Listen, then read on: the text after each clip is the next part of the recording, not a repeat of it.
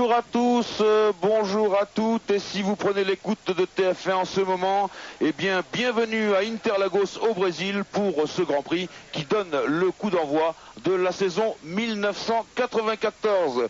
Je salue Johnny Rive à mes côtés, Pierre Van Vliet dans les stands et Alain Prost dans nos studios, les studios de TF1 à Boulogne. Prost, le quadruple, notre quadruple champion du monde. Tout de suite, les enjeux de ce Grand Prix. Eh bien, pour chaque équipe, c'est s'imposer immédiatement parce qu'on sait que les points en début de saison sont toujours plus faciles à acquérir. Au sein de chaque équipe, eh bien, les équipiers doivent marquer leur territoire. Enfin, pour ce qui nous concerne, nous Français, eh bien, c'est l'ouverture d'un duel absolument faramineux, celui de Renault et de Peugeot par Williams et McLaren interposés. Alors, tout de suite, je demande à Alain Prost, tandis que défile la grille de départ, ses premières courtes réflexions sur le déroulement des essais de ce Grand Prix du Brésil. Alain. Bien, personnellement, je ne suis pas vraiment surpris. Je pense que la pole position d'Ayrton avec la Williams-Renault est tout à fait logique. La seconde place de Schumacher aussi, bien que l'écart est relativement faible par rapport au tracé. Normalement, le tracé d'Interlagos, c'est un tracé pour les moteurs puissants, avec la grande montée qui fait office de ligne droite juste avant les stands. Et bien, juste 2-3 dixièmes d'écart, c'est peu. Donc, normalement, en configuration course, on devrait assister à une bagarre encore plus serrée. En tout cas, je l'espère. Derrière, Jean a fait certainement un tour comme il en a l'habitude, dont il a le secret, parce qu'être troisième alors que Berger navigue à la 17e place, c'est quand même assez beau. Et surtout le resserrement du peloton avec de la 3e à la 13e place seulement en 1 seconde. Ça, c'est super. Ça fait très longtemps qu'on n'avait pas vu ça en Formule 1. Et j'espère que la bagarre des deux premiers ne va pas occulter la bagarre qu'on devrait voir dans le peloton aujourd'hui. Alors merci Alain de ces premiers mots, en tout cas c'est vrai. Johnny Rive tout à l'heure, alors qu'on voit le panneau 1 minute, vous m'avez parlé d'un Grand Prix avec de l'émotion parce que la nouvelle technique, la nouvelle réglementation, l'absence d'antipatinage, le resserrement des performances, les ravitaillements, tout ça va nous donner autre chose finalement. Et puis une redistribution des cartes, on a vu ça aux essais. Lors de la première séance d'essais vendredi matin, Fittipaldi et Blundell collaient aux grands favoris. L'après-midi, il s'agissait de Wendlinger qui collait aux favoris habituels. Samedi matin, ce fut Alboreto et encore Fittipaldi. Pendant la deuxième séance de qualification, il s'agissait de Frenzen et Morbidelli. Ce matin, au warm-up, on a vu Alboreto et Blundell très bien placés. Ce qui fait que, bon, si la bagarre pour la première place doit se résumer à un duel Senna-Schumacher, on peut penser que c'est très très ouvert pour les places d'honneur. Alors que le team tour de mise en formation va débuter dans quelques secondes, Pierre Van Vliet dans les stands pour un point sur la météo qui a un rôle non négligeable ici. Absolument Jean-Louis, vous savez que les essais d'hier ont été fortement perturbés par une terrible averse. Il y a encore un vent violent aujourd'hui, le plafond de nuages est un peu plus haut. Il y a eu quelques gouttes de pluie tout de même, une demi-heure à peu près avant la mise en grille. Donc tout est possible dans ce Grand Prix. On sait qu'on va s'arrêter pour changer de pneumatique au moins une fois, c'est ce qu'on nous dit chez Goodyear, pour ravitailler probablement 2 fois dans la plupart des cas. Et puis bien entendu, s'il pleut, ce sera encore un terrible balai dans les stands avec cette grande première des ravitaillements. Alors tout de suite, pendant que voyez les pneus sont en train de s'échauffer, que vous avez tiens là au premier plan Christian Fittipaldi et puis derrière Alboreto et puis plus loin je crois que c'était Eric Comas, les chiffres, eh bien le warm-up ce matin c'est Senna devant Wendlinger, Alboreto, Blundell, Alesi et Hill. Senna une 18.6, Wendlinger une 18.9, Alboreto une 19.3, Blundell une 19.6 et Alesi une 19.8 alors que Damon Hill lui est à une 19.884. Les chiffres toujours, c'est la 549e épreuve du championnat du monde depuis que celui-ci a été créé en 1950 et on ouvre aujourd'hui la 45e saison. C'est vraiment un moment formidable, un grand moment d'émotion. L'an passé, je vous rappelle que c'est Alain Prost qui avait eu la pole position, mais que la victoire était revenue à Ayrton Senna et le meilleur tour à Michael Schumacher. La piste maintenant toujours sèche, même un petit peu poussiéreuse, mais quand même la météo qui s'obscurcit, qui nous donne un ciel vraiment menaçant, alors que on peut voir toutes les voitures maintenant qui vont bientôt entamer la remontée, ce qu'on appelle le virage de la remontée, pour se placer sur la grille de départ de ce Grand Prix du Brésil. Alors Jean-Louis, on pourrait peut-être donner des nouvelles de Jean Alesi qui est placé en 3e position derrière Senna et Schumacher, mais pour lequel tout ne se présente pas parfaitement, puisque ce matin Berger a cassé son moteur, il a été remplacé, le moteur de remplacement a cassé de nouveau. Pendant ce temps, Alesi avait un ennui avec son propre moteur, non pas pendant le warm-up, mais après celui-ci, et il décidait de prendre le départ de la course au volant du mulet Ferrari, mulet au volant duquel il n'a effectué qu'un seul tour ce matin pendant le warm-up. Alors que la première ligne vient de s'aligner à gauche sur votre écran, eh bien c'est la pole position, c'est Ayrton Senna à bord de sa Williams Renault. À droite c'est Michael Schumacher à bord de sa Benetton Ford, et toutes les voitures vont venir s'ajouter les unes après les autres. La procédure n'a pas changé. Si tous les moteurs sont bien en route à quelques secondes du feu vert, vous voyez que les panneaux là-bas à votre droite vont se retirer. Et bien drapeau vert derrière cette grille de départ, et ce sera le coup d'envoi de la saison. Voilà le préposé au drapeau vert, et là Roland Brunserat va donner le départ du Grand Prix du Brésil. On surveille à droite, à gauche, et c'est le vert, et Alesi prend un départ canon. Senna viré devant, mais juste devant au premier virage, avec Alesi et Schumacher dans ses roues. Senna doit être content de voir Alesi dans son rétroviseur. Plutôt Parce que Schumacher, oui bien sûr. Bien sûr. Parce qu'il va obliger, Alesi va obliger Schumacher à porter une attaque, une offensive. Et il y va tout de suite, Alesi, il n'hésite pas, c'est le cas de le dire. Demoni est en 4e position avec une Sauber Mercedes derrière. Pas d'incident. Voilà, Senna creuse le trou déjà. Senna qui part au grand galop. On arrive bientôt vers la remontée dans ce grand, voilà, ce grand droite qui est très très très complexe. Vous l'avez vu dans Automoto ce matin. Il s'agit de la portion du circuit sur laquelle la Ferrari est la moins à son aise.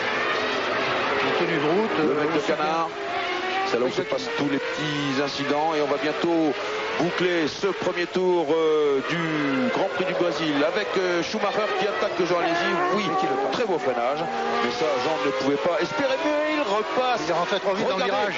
Regardez ce que c'est que l'absence d'anti-patinage. Au moment où Schumacher, qui est rentré trop vite, a voulu remettre les chevaux, et bien c'est Alesi qui est repassé devant. Ça c'est formidable. Voilà, on a tout de suite la saison devant nous avec Senna largement en tête. Maintenant, pas largement. Quelques toutes petites secondes d'avance.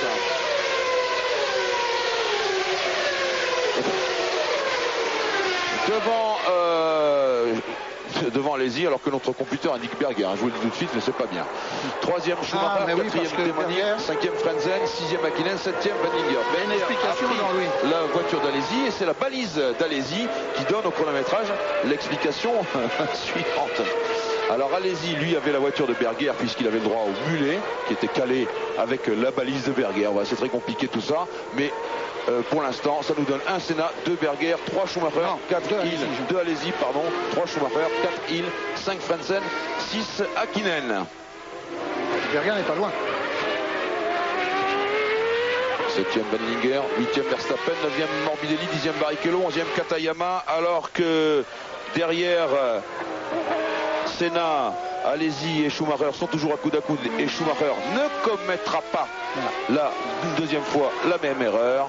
On va à Paris et on se retrouve dans quelques instants. Retour à Interlagos dans le 5e des 71 tours de ce Grand Prix du Brésil, un Grand Prix qui comptera pour une distance de 307 km et 75 mètres. Retour donc dans le 5e tour avec Senna toujours en tête, devant Schumacher à 3 secondes et 8 dixièmes, Alesi toujours 3e, Hill 4e, 5e Hakkinen, 6e Frenzen, 7e Benninger, 8e Berger, qui est déjà bien revenu de sa lointaine place sur la grille de départ. Je vous rappelle que Berger était 17e, c'est dire que les Ferrari ne marchent pas si mal que l'on croit. Senna a pris de l'avance, mais vous savez que le Grand Prix du Brésil et toute la saison 1994 se déroule sous le système des ravitaillements, et Johnny, ça peut amener quelques perturbations dans ce classement. Probablement, bien qu'on ne sache pas exactement quelle est la stratégie adoptée par les différentes équipes. Celles-ci ont gardé leur projet parfaitement secret, mais il semble que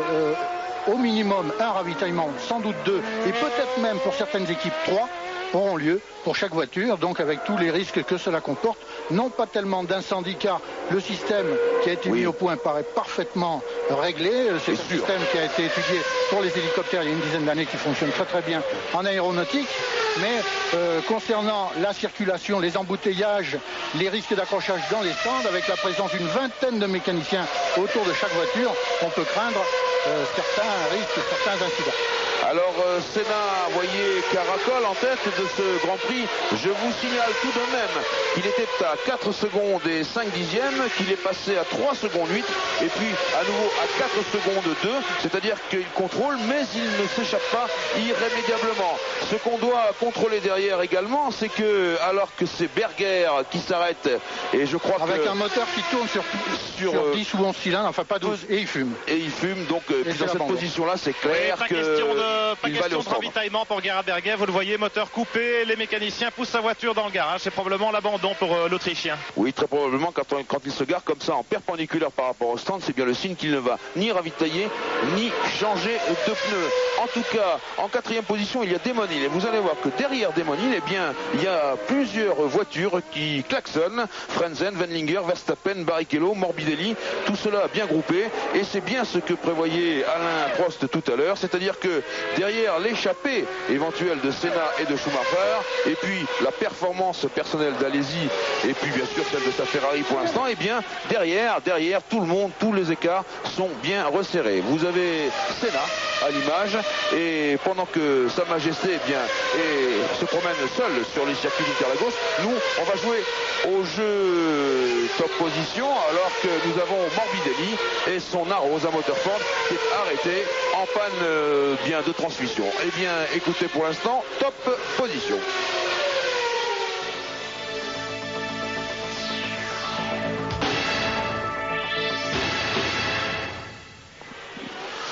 Et on revient sur Senna, toujours en tête avec 3 secondes et 9 dixièmes d'avance sur Schumacher, alors que Alesi, lui, est à 10 secondes de Schumacher.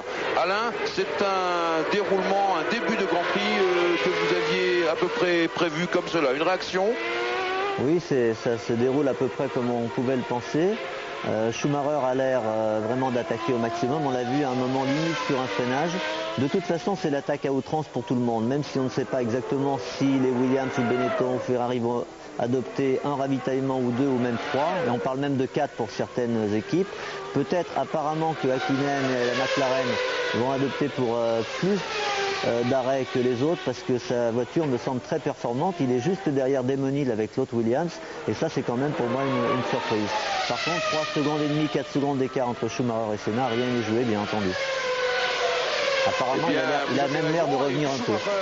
Vient d'effectuer le meilleur tour en course en 1:18.455 à la moyenne de 198 km/h. Et c'est la preuve que ces Benetton Ford sont tout à fait à la pointe du combat. Derrière Schumacher et Alesi, il est toujours 4e, 5e Hakkinen, 6e Frentzen, 7e Wendlinger, 8e Verstappen, 9e Barrichello, 10e Katayama, 11e Irvine, 12e Blundell, 13e Brundle, 14e Fittipaldi, 15e Pierluigi Martini, 16e Herbert, 17e Comas, 18e Panis, dont c'est le début, je vous le rappelle, 19e Lamy, 20e Alboreto, 21e Brabham, 22e Bernard, 23e Morbidelli, 24e, eh bien c'est Berger qui est arrêté, mais il ne compte pas, alors que là, la Pacifique de Bertrand Gachot, et ça c'est Pierre Van Vliet qui va aller aux nouvelles puisqu'il le connaît bien. La Pacifique de Bertrand Gachot est allée faire connaissance avec le décor. Je voulais simplement aussi rappeler que Olivier Beretta s'était arrêté à son stand. D'ailleurs, en dehors d'Alesi, ça ne va pas extrêmement bien pour les pilotes français, puisque Comas, qui est le mieux placé d'entre eux, place Alesi hors concours, Comas est 17e actuellement alors qu'il laissait entrevoir une performance bien meilleure lors des essais. Il est 17e devant Panis et Bernard est 22e après avoir connu un incident au cours du premier tour, sans doute avec Beretta, car Bernard et Beretta étaient passés attardés à l'issue du premier tour. Nous sommes dans le 9e tour et Schumacher n'est plus qu'à 2 secondes et 4 dixièmes de Senna. Jean-Louis se retire. Oui, Pierre. Oui, pour vous dire que Gerhard Berger a abandonné moteur cassé. C'est une épidémie pour le pilote autrichien chez Ferrari. Ferrari, où on se prépare à un premier arrêt de changement de pneumatique et bien entendu de ravitaillement. Il y a gros à parier que ce soit Jean Alesi qui inaugure la série. Eh bien, Pierre, je vous conseille de faire attention à vous-même parce que ça risque d'être chaud. On sait d'une part que les mécanos de la Scuderia Ferrari sont ou comptent parmi les plus forts pour les ravitaillements, enfin les changements de pneus, et il y a fort à parier que pour les ravitaillements, il en sera de même. Alors que sur vos écrans s'affiche le classement avec Schumacher avec 2 secondes et 4 dixièmes sur Senna. C'est dire qu'il a pratiquement rattrapé la moitié de son retard. Je vous rappelle que Senna se promenait en tête aux environs du 3e tour avec 4 secondes 5, 4 secondes 8 d'avance sur son rival. Et Jean Alesi à l'image avec cette splendide Ferrari qui a retrouvé un peu d'efficacité entre la séance de samedi et puis la séance de qualification de samedi après-midi, mais il y a peu de chances que vous la retrouviez ainsi. En tout cas, c'est sûr qu'à Imola, elle sera radicalement modifiée, je crois, sur le plan aérodynamique de lui. Je crois qu'actuellement, Alesi tient en respect Damon Hill, malgré les difficultés de tenue de route qu'il peut avoir. Reste à savoir si cet avantage est dû au fait qu'il est parti avec beaucoup moins d'essence que Damon Hill et qu'il envisage de s'arrêter une fois de plus pour ravitailler. On va voir ça dans quelques minutes, d'après ce que nous a dit Pierre Van Vliet. Chez Ferrari, on est prêt à le recevoir. Alors que Senna... on annonce à Jean Alesi par le panneau du stand que Berger a abandonné, ce qui signifie évidemment que le stand Ferrari sera libre pour Jean. Alors que Senna a dépassé un premier attardé et je me demande si ce n'est pas Eric Bernard. C'est Eric Bernard qui prend un tour. C'est la Ligier par rapport à la Williams, mais il ne faut pas en vouloir à cette équipe Ligier qui a beaucoup de courage d'être venue jusque-là dans l'incertitude qui la concerne, et on sait que c'est la voiture de l'an passé avec quelques rares modifications. En tout cas, Senna est toujours en tête avec 1 seconde et 8 dixièmes, encore une seconde de gagné pour ce diable de Schumacher. Vraiment, mes amis, la saison part sur les chapeaux de roue, alors que nous avons une petite voix parasite dans le micro, mais ici on est au Brésil, alors on peut pas tout savoir. C'était Gerhard Berger, Jean-Louis. C'était Gerhard Berger qui confirmait ce que je vous disais tout à l'heure. Bon, alors c'est pas une voix parasite, excusez-moi. Berger nous parlait d'un moteur cassé. Absolument, le 4e pour lui ce week-end. Oh, très bien. Premier Senna, 2e Schumacher, 3e Alesi, 4e Hill, 5e Hakkinen, 6e Frentzen, Johnny, qui en est lui aussi à son premier Grand Prix. C'est un débutant formidable. Un débutant de qualité que le jeune Allemand et qui est, paraît-il, extrêmement doué pour piloter sous la pluie. Un petit peu les qualités qu'on reconnaît à quelques rares pilotes. Et paraît-il, Frentzen, d'après ce qu'on nous a dit, autour dans son écurie, faisait des exploits il y a quelques saisons sur les Mercedes, dans les courses d'endurance, sous la pluie. Alors que Frentzen est 6e, Wendlinger 7e et Verstappen 8e. Verstappen qui lui aussi pour son premier Grand Prix, je vous le rappelle, il a 23 ans. Et bien Verstappen ne laisse pas sa part au chien. L'écart entre Senna et Schumacher en tête est passé à 2 secondes et 3 dixièmes. Une demi-seconde de gagné pour Senna, alors que Alesi est toujours à la charge comme le taureau furieux qu'il est. Il roule dans sa poche, Alesi. Il est à 18 secondes de Schumacher devant. Il a 4 secondes d'avance sur Damon Hill. Donc il roule en solitaire. On a juste entreaperçu Damon Hill là-bas tout au loin derrière l'aileron de cette formidable Ferrari. Très très belle en tout cas, mais qui devrait gagner un petit peu en efficacité. Alors, il faut quand même faire le point sur nos amis des McLaren Peugeot. Ils sont pour l'instant 5e et 13e Brundle, à moins qu'il ait gagné une place lors du dernier tour. Non, ce n'est pas encore fait, il est 12e. Mais Hakkinen se situe dans le peloton de chasse, il talonne Damon Hill Oui, et il est bien absolument. placé il est en embuscade pour finir sur le podium s'il soutient ce rythme jusqu'au bout de la course, car le grand espoir de l'équipe Peugeot, c'est de terminer aujourd'hui. C'est pas tellement de faire un exploit en arrachant une place parmi les toutes premières, c'est de terminer. Mais comme le dit Jabouille, si nous terminons, fatalement, nous serons bien placés. Bien sûr.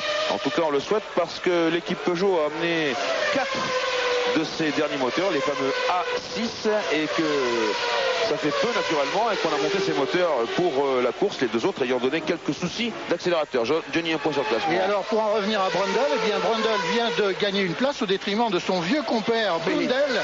Ils couraient tous les deux ensemble chez Ligier l'année dernière. Ils sont très amis, très liés. Ils sont en pleine bagarre. Brundle était revenu sur les talons de Blundell. Il vient de le passer.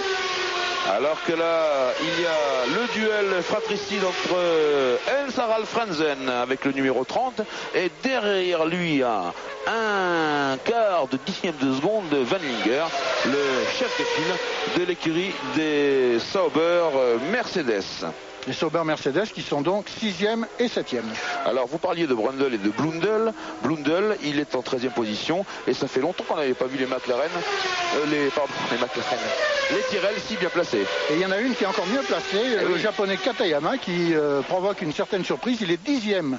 Cette année, les Tyrrell ont été confectionnés sous la direction des deux ingénieurs miracle magique auxquels Jean Alesi devait ses débuts brillants en Formule 1 lorsqu'il était chez Tyrrell. Il s'agit de l'anglais Postlethwaite et du français Jean-Claude Midiot. C'est eux qui ont réalisé la dernière Tyrrell. Et une réussite apparemment, puisque cette Tyrrell, contrairement à l'année dernière où l'équipe Tyrrell n'avait pas pu marquer un seul point dans toute la saison, eh bien cette année, l'équipe Tyrrell se place parmi les outsiders possibles. Il est incontestable que les progrès sont venus de Tyrrell Yamaha. Et puis, attention, Pierre. Oui. C'est un arrêt. Ravitaillement de Hakkinen. De Hakkinen avec la McLaren Peugeot. Incontestablement, c'est vrai. Le chronomètre est en route. 14 secondes, 15 secondes. Ah, il coupe le contact, il y a problème. la voiture. Et un peu comme pour Berger, voilà l'image. Et il vient de se passer quelque chose qu'on ne devrait pas avoir, en tout cas plus voir, c'est un mécanicien qui traverse. Quand on est sur le mur des stands maintenant, on n'a plus le droit de traverser de l'autre côté. J'en reviens donc aux Tyrrell Yamaha et aux Arosa Motorsport pour dire qu'elles ont effectué des progrès, mais tout de même, Johnny, en tête, c'est quand même, il faut le dire, la technologie de Williams et surtout la haute technologie de Renault qui est toujours au devant. 2 secondes et 1 dixième d'avance pour Senna devant la Benetton Ford de Michael Schumacher. Là, Williams Renault tient ses promesses. Williams Renault dont vous avez vu de nombreuses fois les essais dans Automoto et vous savez qu'elle est particulièrement révolutionnaire dans le domaine de l'aérodynamique et du train arrière, et si elle peut être révolutionnaire à ce point-là, eh bien c'est notamment grâce à Renault qui a su faire énormément d'efforts sur son moteur. Alors que là nous avons Van Linger aux prises avec Verstappen. Décidément, Van Linger, il envoie de dur le pauvre Karl, que nous aimons beaucoup par ailleurs, parce que il est déposé par Frentzen, son équipier, et voilà que ce genou là de Verstappen, 23 ans, est en train d'essayer de s'agripper à lui.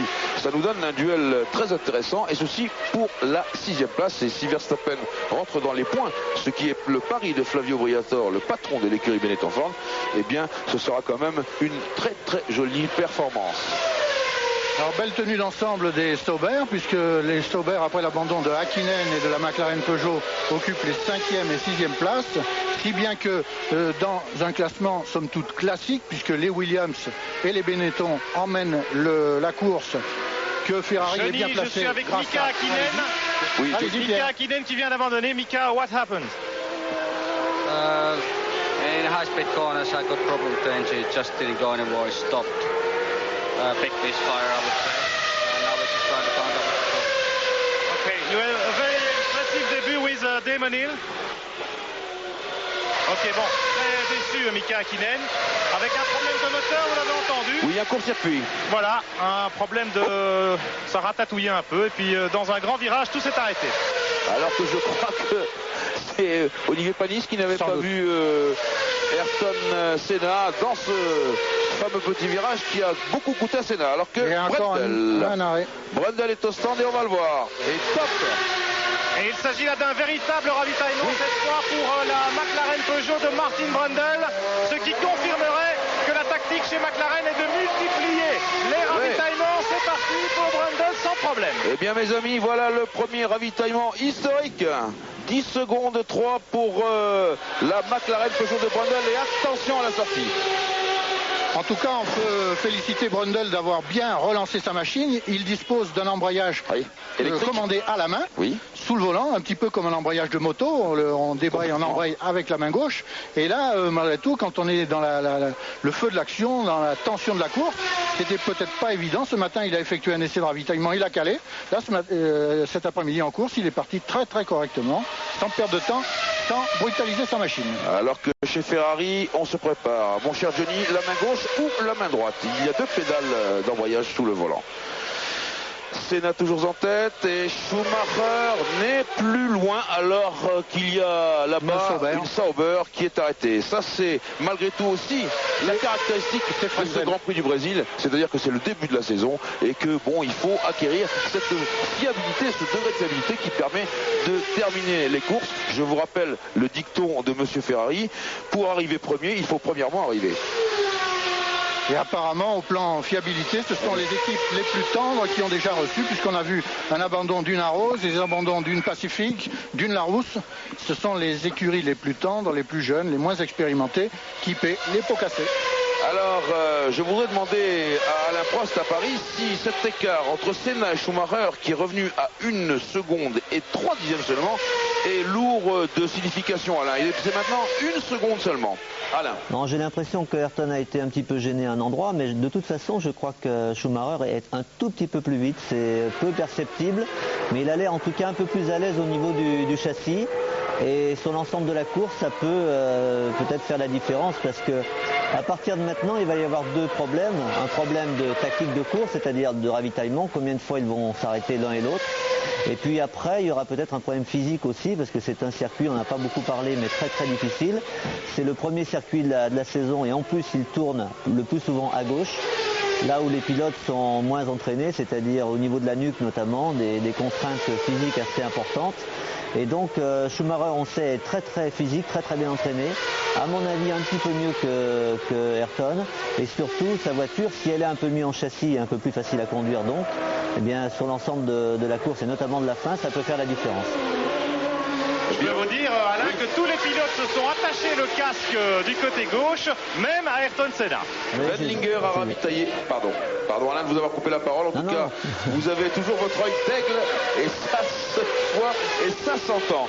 10 secondes 5 de ravitaillement pour Karl Wendlinger, alors que pendant que Alain Prost parlait, on a revu au ralenti comment et pourquoi Frentzen avait fait un tête à queue. Et le classement maintenant est toujours Senna devant Schumacher à 1 seconde et 46 millièmes. Le 3e étant Alesi à 29 secondes. Le 4e Damon Hill à 33 secondes. Le 5e Verstappen à 44 secondes. Le 6e Barrichello à 49 secondes de Senna. Alors attention, voilà le ravitaillement du taureau. Top pour Alesi. Et vous le constatez, tous les mécaniciens sont équipés de tenues ignifugées, de casques. C'est la nouveauté. 94. Ferrari, c'est les meilleurs. 9 secondes et quelques poussières. Alors que vous avez remarqué le sang-froid de Jean Alesi. Formidable Alesi, visière relevée, en train de prendre l'air tout simplement. Là, pas du tout ému le garçon. Alors que là, nous atteignons, c'est Barrichello qui est au stand. Nous atteignons le point crucial de la course, Schumacher, bientôt dans les roues de Ayrton Senna. Ce qui veut dire que le raisonnement de Flavio Briatore et de l'équipe Benetton Ford d'avoir une voiture qui a un peu plus évolué par rapport à la saison passée, mais que surtout on a beaucoup développé pendant de nombreuses séances d'essai, eh bien ce raisonnement est le bon. Johnny. Et alors tous les pilotes qu'on vient de voir ravitailler vont certainement s'arrêter au moins une autre fois avant la fin de la course, et peut-être 2, puisque chez McLaren on avait envisagé l'éventualité de 3 ravitaillements. Et oui, bien sûr. Et tout de suite, Senna essaye de reprendre du large. Alors, moi je crois que si c'est prêt à Paris, on se retrouve tout de suite après ce message. Mais très vite. Retour dans le 22e des 71 tours de ce Grand Prix du Brésil qui tient réellement toutes ses promesses, puisque Senna a ravitaillé Schumacher en même temps. Le troisième est Demanil, le quatrième Katayama, vous imaginez, alors que là, la guerre fait rage. Voilà le ravitaillement. 7 secondes 8 pour Williams-Renault. Et voilà la Benetton Ford qui démarre par la même occasion. Alors, tout de suite, une constatation. On avait dit, nous voilà de retour sur le direct, on avait dit, Johnny, que Williams-Renault n'était pas très pointu dans les ravitaillements en 7 secondes 8. C'est-à-dire qu'il y a un paradoxe dans les arrêts de ravitaillement tels qu'ils sont conçus maintenant, c'est que vous avez plus de temps pour changer de roue, étant donné que pour ravitailler en 60-70 litres, 80 litres d'essence, il vous faut 10 secondes, ce qui laisse amplement le temps aux mécaniciens chargés de changer les roues, de changer 4 roues. D'habitude, Ferrari et McLaren mettaient 5 secondes. Chez Williams, c'était plutôt 8 et 9. Là, en 10 secondes, ils changent les roues et tout le monde est situé à un niveau à peu près identique. Et voilà maintenant le nouveau classement. C'est Schumacher en tête avec, le voici, avec Ayrton Senna. 2 secondes et 5 dixièmes derrière. Alors là, Alain Prost à Paris, vous êtes dans la position de Senna à bord de cette Williams-Renault. Qu'est-ce que vous faites? Voilà, depuis le début, vous savez, je crois qu'on assiste à une course d'attaque. On a vu les deux premiers, on a beaucoup parlé d'eux depuis le début. On a parlé un peu de ceux qui sont derrière, mais regardez par exemple Verstappen, le coéquipier de Schumacher. Blundell. Oui. Et puis Damon, le coéquipier d'Ayrton Senna, qui se retrouve maintenant à presque 25-30 secondes. C'est énorme. Donc c'est une course d'attaque. Et là, de toute façon, Blundell est sorti à un endroit très très rapide, à fond de 5e. Il a laissé les... Et donc, on a vu que de toute façon, Schumacher était un petit peu mieux en châssis. Donc, je crois que l'écart, de toute façon, est très faible entre les deux voitures. Ils se sont arrêtés au même moment. Donc, on sait maintenant qu'ils ont à peu près la même quantité d'essence, ou qu'ils avaient de toute façon la même quantité d'essence au départ. Je crois que la physionomie de la course va rester à peu près la même, avec un leader différent. Et derrière, c'est vraiment le trou. Et heureusement qu'ils sont tous les deux très très proches pour nous offrir du spectacle. J'espère que ce sera comme ça toute la saison. Et bien justement, derrière, on y va tout de suite. 1 Schumacher, 2 Senna à 3 secondes et 3 dixièmes. 3 Hill à 19 secondes. 4 Alesi à 43 secondes. Et 5 Katayama à 44 secondes. C'est-à-dire qu'il est à 1 seconde d'Alesi. Il n'a pas fini Katayama. Pour dépasser la Ferrari, ça va être dur. 6e Martini, 7e Benninger, 8e Barrichello, 9e Comas avec ça Larousse qui est revenu jusque-là. 10e Herbert, 11e Brundle, 12e Irvine, 13e Verstappen, 14e Lamy, 15e Panis.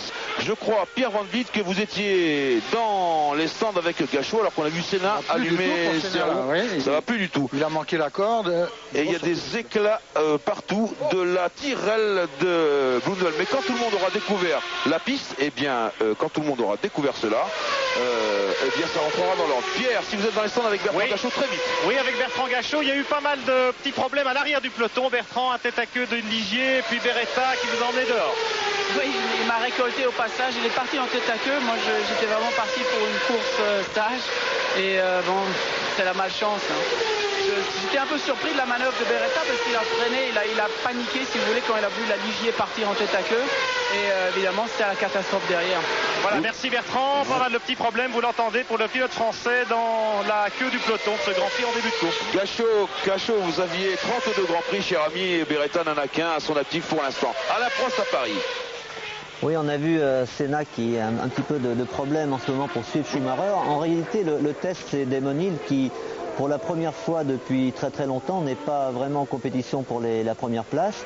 On le voit loin de Senna. Et si vraiment il était plus à l'aise, ça prouverait que Senna pourrait aller beaucoup plus vite. Donc je pense qu'Ayrton est à la limite, aussi bien d'ailleurs que Schumacher, et qu'il aura du mal à la régulière à revenir vraiment dans les roues de la Benetton, qui me paraît très à l'aise au niveau châssis. Il faut quand même reconnaître qu'il y a un écart de puissance moteur, normalement sur ce circuit qui est aussi un circuit très bien pour les moteurs. Toute cette partie que l'on voit ici à partir de maintenant On voit Senna à l'image, c'est une grande montée, donc la performance du moteur, le couple, la puissance maximum devrait faire une différence plus grande par rapport à la Benetton. Et malgré tout, de l'expérience, de ce qu'on a pu voir depuis plusieurs saisons maintenant, le châssis est aussi très important, surtout pour le confort du pilote. Et là, ça va être dur pour Senna. Eh bien, en tout cas, Alain, ce que vous venez de nous dire, c'est tout simplement que c'est un retournement de situation après des périodes géantes telles que nous en avons connues. Eh bien, peut-être que Benetton Ford maintenant va connaître sa période de prospérité. On espère pour eux qu'elle soit grande d'ailleurs. Johnny. Alain, je voudrais connaître votre analyse de la relative contre-performance de Damon Hill. Est-ce que vous pensez que l'absence d'assistance au pilotage automatique sur les voitures cette année le met plus en difficulté qu'il n'était l'année dernière au volant de la même voiture? J'en suis absolument persuadé. Je pense qu'il y a quand même peut-être un petit problème psychologique. J'avais dit à Damon en fin de saison dernière, j'avais essayé de lui donner un petit conseil en lui disant d'être très fort psychologiquement pendant l'hiver, notamment pendant les essais, et puis bien entendu dès le premier Grand Prix. Apparemment il a eu beaucoup de petits problèmes pendant les essais hivernaux, mais surtout je l'ai vu au mois d'octobre dernier conduire pour la première fois une suspension passive, c'est-à-dire à ressort. Et d'habitude, en fin de saison dernière, il était relativement proche de moi, surtout sur certains circuits. Et là, tout de suite, dès qu'on a eu ce type de voiture, l'écart s'est agrandi à Estoril, alors que j'avais décidé de prendre ma retraite. Il y avait une bonne seconde d'écart. Il était beaucoup moins à l'aise. D'abord, il n'a aucune expérience, il n'avait aucune expérience de ce type de voiture. Il l'a conduit en Formule 1. Avec la Williams, donc sa première voiture de Formule 1 très compétitive, que des voitures à suspension active. C'est lui qui a développé la voiture depuis 2-3 ans. Et là, il se retrouve dans un domaine complètement différent où il faut lui-même régler sa voiture, l'optimiser. Et des pilotes comme Senna, bien entendu, ont beaucoup plus d'expérience et beaucoup plus de facilité à régler cette voiture. Donc je crois que ça s'explique beaucoup par ça.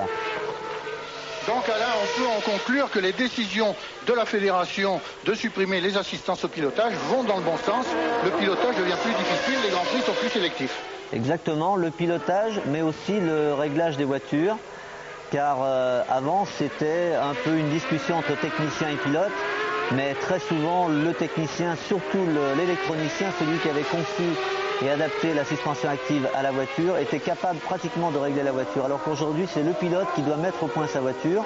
Et on peut voir des réglages de voiture entre deux coéquipiers complètement différentes avec ce type de voiture, alors qu'avant, avec les suspensions actives, tout était relativement banalisé.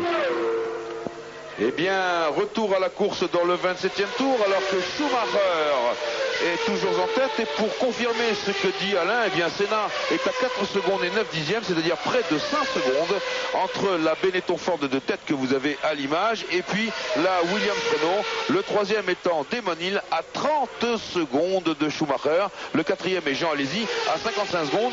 Le cinquième, le petit Pierluigi Martini. Le sixième est Van Linger. Le septième, Barrichello. Et puis à partir du huitième, qui n'est autre que Martin Brundle sur la McLaren Peugeot, eh bien on est à un tour. Irvine est 9e, Verstappen 10e, Comas 11e, Herbert 12e, Katayama 13e, Lamy 14e, Panis 15e sur la Ligier Renault. Le 16e est David Brabham, le 17e notre ami Eric Bernard sur la deuxième Ligier. Et puis ensuite, eh bien c'est fini, Blundell, Fittipaldi, Frenzen, tout ce beau monde en même temps qu'Hakkinen a abandonné. Et puis vous avez vu également Alboreto. Et la grande sortie de piste, eh bien ça a été, alors que Schumacher a du mal à tailler la route dans le peloton, eh bien c'était celle de Mark Blundell. Et voilà Schumacher qui va déposséder deux pilotes en même temps, non un seul. Il s'agit des deux Jordan. Oui, absolument, absolument. Schumacher toujours dans son cavalier, je ne dirais pas seul, mais il le sera bientôt. En tout cas 4 secondes d'avance sur Ayrton Senna. Et quand même, franchement, c'est un monde nouveau qui s'ouvre à nous en cette période de nouvelle Formule 1, parce que je crois, Johnny, qu'on peut appeler ça la nouvelle Formule 1. On peut l'appeler, Jean-Louis. Alors, on est toujours sur Michael Schumacher en train de, je disais, dépasser ou prendre un tour à un groupe d'attardés. Pierre Van Vliet dans les stands. Oui, Jean-Louis, on parle stratégie. Déjà, Senna s'est arrêté il y a un bon moment. Damon Hill, toujours pas. Et chez Williams Renault, visiblement, on attend probablement un seul ravitaillement pour Damon Hill, 2 pour Senna. On met ses œufs dans différents paniers pour mettre la pression sur Benetton, où seul Schumacher peut briguer la victoire pour l'instant. Ah Pierre, il va falloir que vous portiez garant du nombre d'arrêts maintenant. Attention, vous devez avoir votre chronomètre en main et votre carnet et votre crayon, car il faut noter tout ça. C'est de la toute première importance. Pendant ce temps-là, nous, on va faire un petit point avec le jeu top position.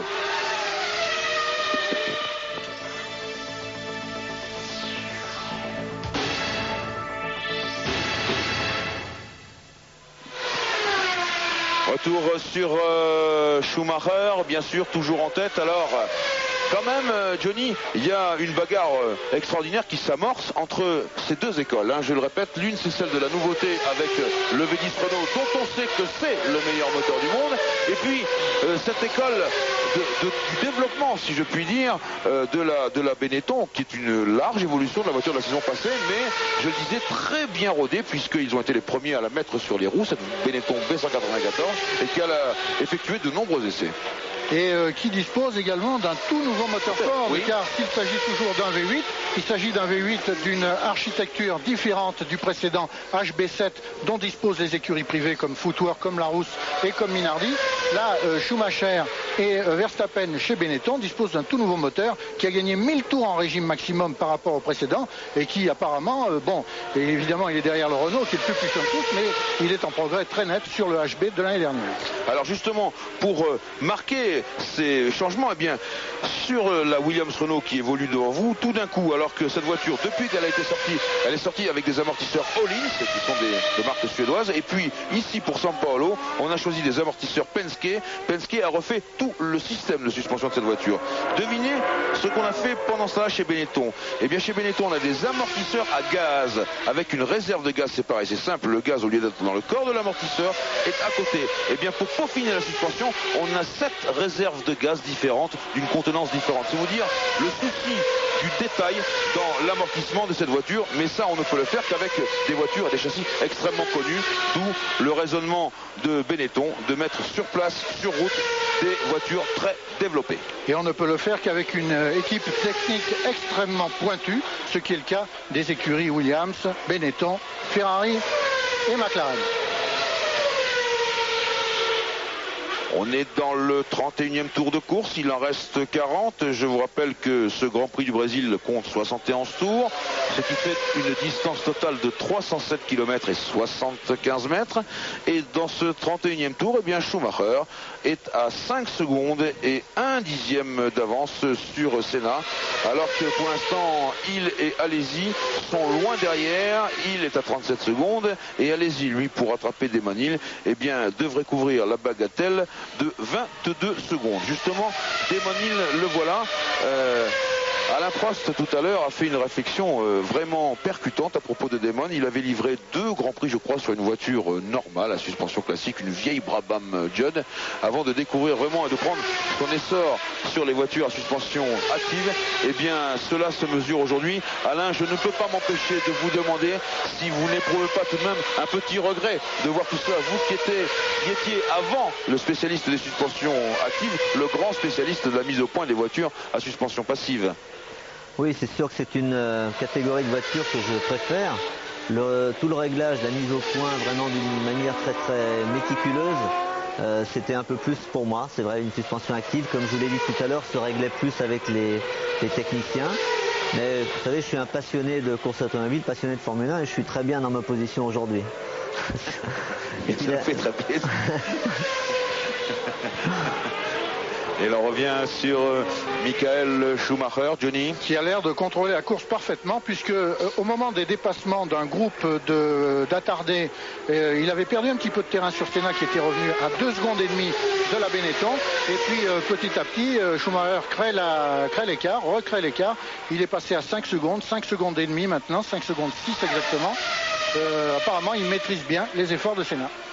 Et nous sommes avec Jean Alesi et cette Ferrari qui mène toujours bon train. Là, vous savez, il y a des jours de chance dans les Grands Prix. Ce n'était pas visiblement le Grand Prix de Berger que ce Grand Prix du Brésil, alors que Jean, bien pour l'instant, je croise les doigts pour lui, eh bien, semble tenir la cadence. Et puis, eh bien, si les choses restent, il sera 4e. C'est tout de même un encouragement.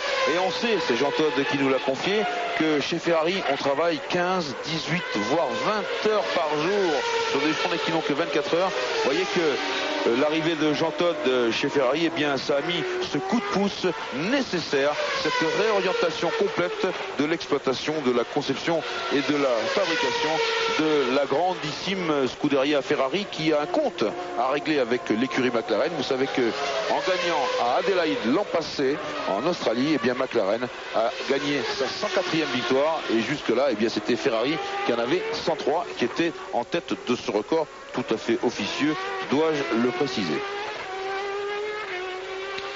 Ferrari qui est placé maintenant en 4e position derrière donc de Williams et derrière la Benetton de Schumacher.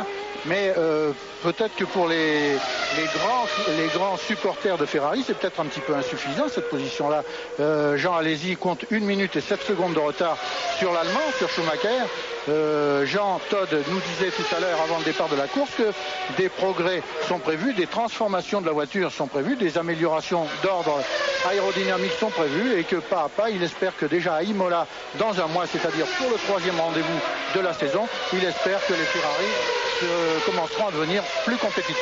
Alors qu'on revient à l'image sur Ayrton Senna dans son 34e tour de course, on est bientôt proche de la mi-course. Senna qui est à 6 secondes et 8 dixièmes de la Benetton Ford de Schumacher, qui caracole en tête. Je crois peut-être que si, je dis bien si, il arrivait des petits problèmes à Schumacher, eh bien, je pense que chez Benetton, on regrettera l'absence de Gigi Leto, qui est tenu, lui, cloué par sa colonne vertébrale encore un peu défaillante, comme l'a dit le professeur Saillant, et qui n'a pas pu reconduire tout de suite, car il aurait été d'un grand secours placé en embuscade derrière Senna, par exemple, alors que Verstappen est, lui, en 9e position. Mais Verstappen, je vous le répète, il a 23 ans et il livre son premier Grand Prix. En attendant, on a Barrichello en 6e position et Brundle pas loin derrière en 7e position, ce qui signifie, Johnny, que Brundle étant là, il pourrait peut-être rentrer dans les points. Brundle est en bagarre avec Wendlinger et Barrichello, tous les trois pour la 5e place. Ils sont groupés tous les trois à un tour de Schumacher, mais en 1 seconde tous les trois, donc c'est très ouvert, et peut-être que malgré le manque de réussite d'Hakkinen, Peugeot va peut-être réussir la jolie performance de marquer des points pour ses débuts en Formule 1. Ce serait très très honorable. Bien sûr, plus qu'honorable même, car chez Peugeot, on a passé le premier moteur au banc d'essai, c'était le 22 décembre, moi je vous rappelle, et ça fait vraiment peu. C'était un moteur V10 à 5 soupapes par cylindre, une version maintenant qui est pratiquement abandonnée, et en quelques instants, eh bien, Peugeot a créé un V10 à 4 soupapes par cylindre. C'est celui qui a débuté officiellement ici, avec, je crois, Johnny, des petits problèmes de câble d'accélérateur. Ça, faut expliquer que Peugeot avait parié la carte de l'accélérateur électronique. C'est interdit maintenant, on le sait. Il faut donc un accélérateur à câble, et je crois que ça crée des problèmes chez Peugeot. Vendredi et samedi, pendant les 2 journées d'essai, aussi bien Hakkinen que Brundle ont connu des ennuis d'accélérateur, qui ne se coupaient pas lorsqu'ils levaient le pied de la pédale d'accélérateur, qui ne coupaient pas immédiatement, et qui, lorsqu'ils enfonçaient le pied sur la pédale, résistaient. Il y avait un petit point dur, donc ils étaient gênés, ils pouvaient difficilement conduire. Et Brundle est allé accomplir 3 ou 4 petits détours dans la pelouse que l'on voit ici. Il n'y a pas eu de gros dommages, mais enfin, il fallait nettoyer la voiture. Il a perdu du temps, il n'a pas pu accomplir autant de tours d'essai qu'il aurait voulu, mais il est toujours dans la course. Alors qu'on est revenu pas loin du virage du bec de canard avec Frentzen, ce virage que Philippe Alliot nous a dit comme extrêmement, non pas dangereux, attention, freinage au bout, à l'extérieur, ça, pas bien de freiner à l'intérieur, monsieur Frentzen, c'est pas bien du tout. C'est comme ça qu'il a gardé la meilleure position ici, mais en tout cas, ça ne se fait pas. Et je pense que derrière, il va y avoir un règlement de compte. Alors que Brundle vient là-bas d'élargir son virage au maximum. Oui, Philippe Alliot nous parlait du bec de canard. Je veux rappeler que Philippe Alliot est quand même le pilote TCR de l'écurie McLaren Peugeot et qu'il a un statut qui lui permet de devenir titulaire éventuellement, Johnny. Oui, c'est bien là-dessus qu'il compte d'ailleurs. Il est là en embuscade, prêt à saisir la moindre opportunité si elle se présente. Et l'opportunité, elle ne se présentera pas mieux que si Brundle n'a pas de réussite, s'il commet des erreurs, ce qui n'est pas encore le cas. Toutes les sorties de route dont Brundle a été victime aux essais étaient motivées par ces blocages d'accélérateur, ce qui est une excuse plus que suffisante. Oui, alors On approche de la mi-course, Jean-Louis, et Damon Hill va s'arrêter pour ravitailler au stand Williams dans quelques instants. Oui, alors que je reviens sur ce que je disais, c'est naturellement Wendlinger qui était devant Barrichello. Excusez-moi, c'est très difficile à distinguer ici sur cet écran. Alors que c'est la bagarre ici avec... Oh, attention, et voilà, oh là là là là là là. Oh là là là là là là là là là là là là là. Mon Dieu, et il s'en sort de justesse. Pouf. Eh bien, Verstappen, il a compris ça, c'est un excès de précipitation et je crois que c'est la Jordan qui est allée un peu trop loin en regardant à droite dans ses rétroviseurs et qui n'a pas vu que à gauche, eh bien, il y avait Verstappen. Eh bien, ça a secoué beaucoup. Voilà Brundle qui était dans les environs. Monsieur le réalisateur, laissez-nous cette image.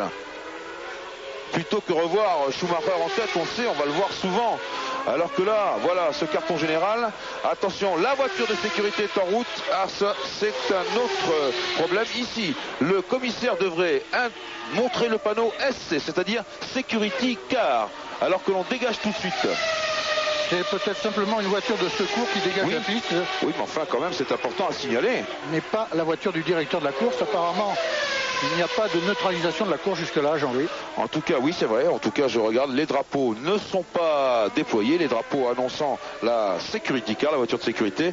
Et il serait bon de revenir sur ce carton, pardonnez-moi cette expression, absolument gigantesque qui aurait pu tourner au drame et qui, en tout cas, je crois, a impliqué également la McLaren Peugeot. Alors que là, Brundle, voilà, on revient. Alors, Brundle était devant et il a reçu...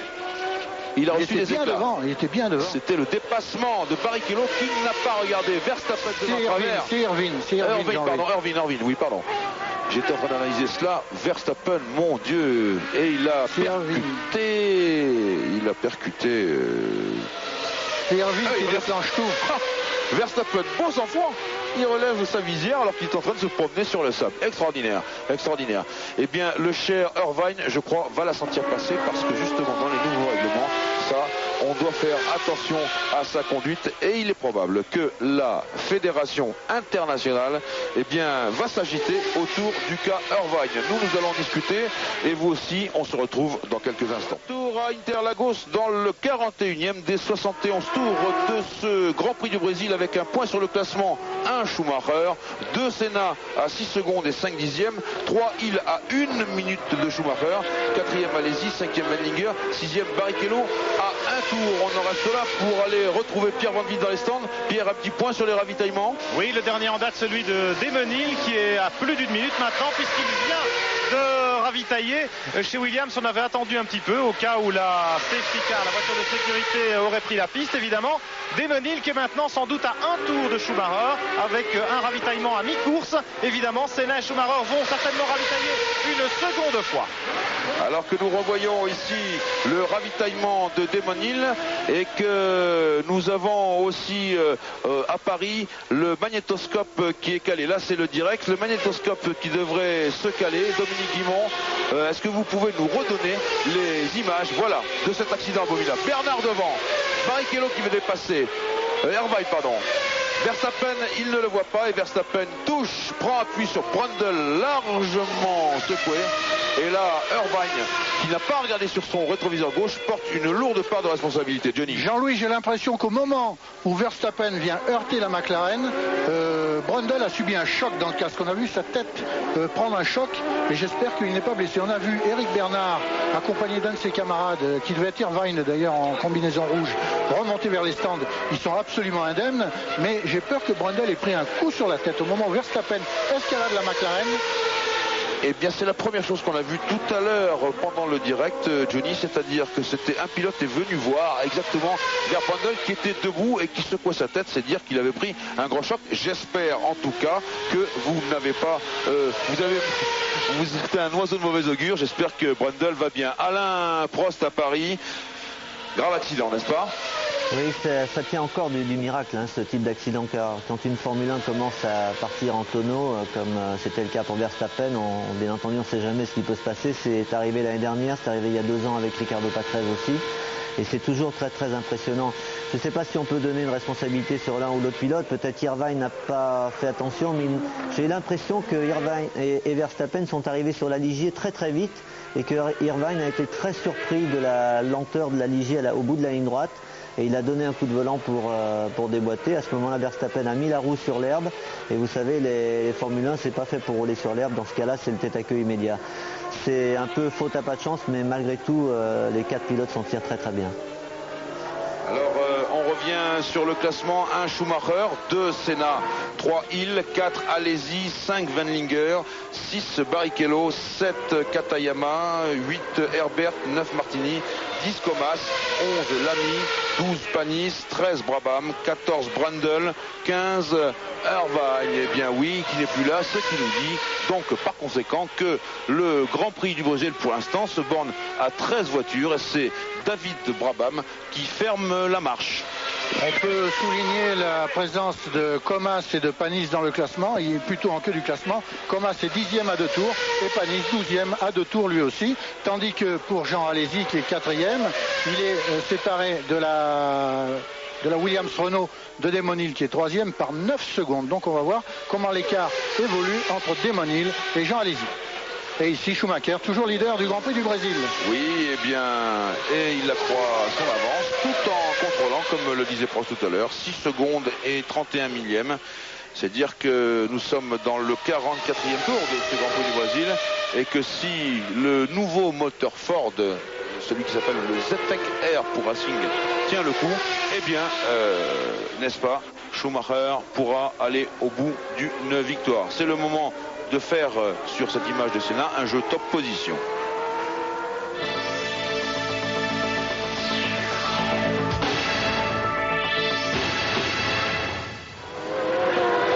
Et l'on revient sur la tête de la course, toujours avec Schumacher. Un peu plus loin dans le classement, ça nous donne Hill avec sa Williams-Renault en 3e position, une Ferrari en 4e position, une Sauber, celle de Wendlinger, une Sauber Mercedes en 5e position, la Jordan Hart en 6, la Tyrrell Yamaha de Katayama en 7, la Lotus Honda Mugen de Herbert en 8, la Minardi Ford de Pierluigi Martini en 9, la Larousse Ford de Comas en 10, l'autre Lotus 107 Honda Mugen de Lamy en 11, la Ligier Renault de Panis en 12 et ensuite nous avons David Brabham sur la très jolie Simtek Simtek Ford en 13e position. Cette Simtek, on y reviendra bien sûr un jour, alors que Senna top pour lui dans les stands. Le record à battre pour l'instant, c'est celui de Senna qui a tapé, qui a poussé quelque chose, donc il a dû envoyer sa visière. Ah, il n'a pas battu son propre record, 7 secondes 8. On laisse le moteur. On ne l'a pas entendu très longtemps. Donc le record à battre dans les ravitaillements pour l'instant, c'est toujours celui de l'écurie Williams-Renault, 7 secondes et 8 dixièmes. Pierre Van Vliet dans les stands, oui, il va falloir faire le compte maintenant de ces ravitaillements. C'est important pour la fin de la course. Oui, Senna est le premier à ravitailler une seconde fois. Un petit mot pour vous dire que Martin Brundle est indemne également. Ron Dennis vient de nous le confirmer. Il a effectivement été un petit peu choqué dans l'accident, mais là il revient à pied vers son stand. Alors qu'on vient de voir Schumacher effectuer un léger écart. Je me demande là si ce n'est pas un problème de pneumatique éventuellement. Est-ce qu'on serait allé au bout? Est-ce qu'on serait allé au bout des gommes de la Benetton Ford? On va le savoir tout de suite. Attention. Top, ou plutôt on ne le saura pas puisque je pense que voilà, les pneus sont changés. Tourne, l'homme de tête ravitaille, 7 secondes 4, record battu. C'est à Benetton maintenant. C'est à Benetton, 7 secondes 4. pour remettre Schumacher sur la piste. Il avait 14 secondes d'avance sur Senna qui s'était arrêté, et on va retrouver les deux hommes pratiquement côte à côte. Damon Hill en troisième position, toujours avec la Williams-Renault, ce qui nous donne pour l'instant une Benetton Ford et deux Williams-Renault et une Ferrari. Damon Hill, dont Alain Prost nous disait tout à l'heure qu'il a du mal à s'acclimater aux suspensions passives, en tout cas aux suspensions dites classiques, alors que je crois, Pierre, à entendre le bruit, ça se précipite dans les stands pour d'autres ravitaillements. Absolument, c'est un petit peu l'heure de pointe. Vous avez vu le leader Schumacher s'arrêter. Là, c'est une Sauber, je pense. Oui. C'est une Sauber, tout à fait. J'espère qu'elle ne vous a pas roulé dessus. Non, mais je suis un peu loin. Vous savez, c'est difficile de passer d'un stand à l'autre puisqu'on n'a pas vraiment accès au pit lane. Oui, il faut le dire pourquoi. Il faut dire pourquoi. C'est une interdiction de la Fédération internationale. Maintenant, les équipes de télévision et les chasseurs d'impression tels que vous, Pierre, devront faire attention où ils mettent les pieds et pourquoi pas se vêtir, comme c'est d'ailleurs la coutume aux 500 miles d'Indianapolis, de combinaison inifugée, ce qui, j'en suis sûr, vous ira très bien. Schumacher toujours en tête et Senna maintenant est loin. Il est à 27 secondes d'avance. Non, Johnny? Non, de retard, je veux dire. Il faut attendre l'écart. Il est à 9 secondes. Exact, 9 secondes exact. J'ai eu peur. Je me disais, tiens, Senna est-il en train de ralentir quelque part sur un coin de piste? Schumacher en tête dans le 46e tour avec 9 secondes et 2 dixièmes d'avance sur Senna. Damon Hill et lui à 1 minute et 33 secondes. Et ces trois hommes seulement, pour l'instant, figurent dans le même tour, puisque Alesi, Barrichello, Wendlinger, Katayama, Herbert et Martini et Comas, dans cet ordre, sont à un tour maintenant d'écart. Alors que nous revenons ici sur la Williams-Renault du chouchou des Brésiliens, c'est-à-dire Ayrton Senna, et que l'autre Brésilien, Barrichello, est en 5e position, Christian Fittipaldi ayant lui, pour sa part, abandonné. Tout en début de course, sur sans doute un ennui de transmission. Ce qu'on peut dire, Jean-Louis, c'est qu'il reste encore à peu près un tiers de la distance à parcourir et que jamais l'écart entre Schumacher et Senna n'a été aussi grand. Il est actuellement de près de 10 secondes et on va voir, après les derniers ravitaillements de la Benetton et de la Williams et les derniers changements de pneus, on va voir comment ce changement de pneus va permettre à Schumacher et à Senna de faire évoluer leurs positions respectives. Je voudrais demander à Alain Prost à Paris si à la vue maintenant... Jean-Louis, oui, pardon. Je suis avec Heinz-Harald Frentzen qui avait fait un très beau début de course avec la Sauber. Heinz-Harald, what happened for you? Well, just fun. So, first Grand Prix, very impressive begin, but then a small mistake. Yeah, that's right. I'm very disappointed. Une petite faute. Ok, voilà, il est très déçu. Thank you very much, merci. Heinz-Harald Frentzen, on en reparlera certainement. Oui, alors je voulais demander à Alain Prost à Paris si à la lumière de ce double ravitaillement pour l'instant, puisque les leaders se sont arrêtés 2 fois, ce qu'ils pensaient de la fin de la course. Nous sommes dans le 48e tour et le Grand Prix du Brésil en compte 71. Alain. Bien, c'est sûr que le ravitaillement a un avantage sur le plan du spectacle, mais sur le plan, comme vous dites, de la tactique et de savoir ce qui va se passer pour la fin, ça enlève un petit peu de suspense au niveau de la performance. À partir du moment où les pilotes se sont arrêtés tous les deux fois, ça veut dire qu'ils avaient à peu près 70 litres d'essence dans le réservoir au départ de la course, et donc ils en ont 70 encore maintenant. Alors qu'on revoit l'accident, encore 70 maintenant pour la fin de la course. Ça veut dire que la performance des voitures est à peu près identique, donc ça devrait rester à peu près dans les mêmes eaux. Je crois que Schumacher a attaqué du début jusqu'à maintenant. Il devrait garder un avantage assez substantiel sur Senna.